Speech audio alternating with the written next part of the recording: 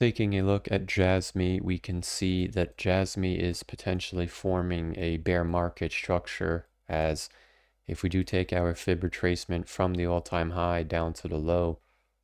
we can see that Jasmy has come right up to the 618 retracement. This is signaling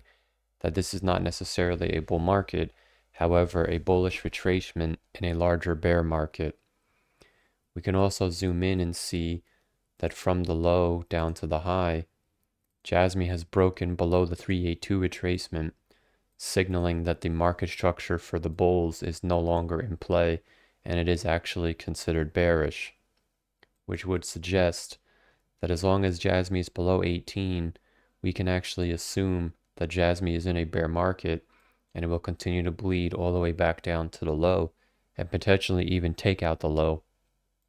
In order to avoid that from happening, the price of Jasmy would have to reclaim the 618 retracement all the way back up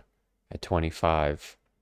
which would suggest that as long as Jasmy is below 25, we could actually make the case for a new low at some point in the future. And in the shorter time frames, if we pull our fib to the recent high here, we can argue that as long as Jasmy remains below 1.2 to 1 cent, the price will remain bearish, and only getting over that price could we argue for a local bottom and a rally back up to 1.7 cents, in my opinion, which would suggest that in conclusion, if Jasmy is unable to break over 1 cent,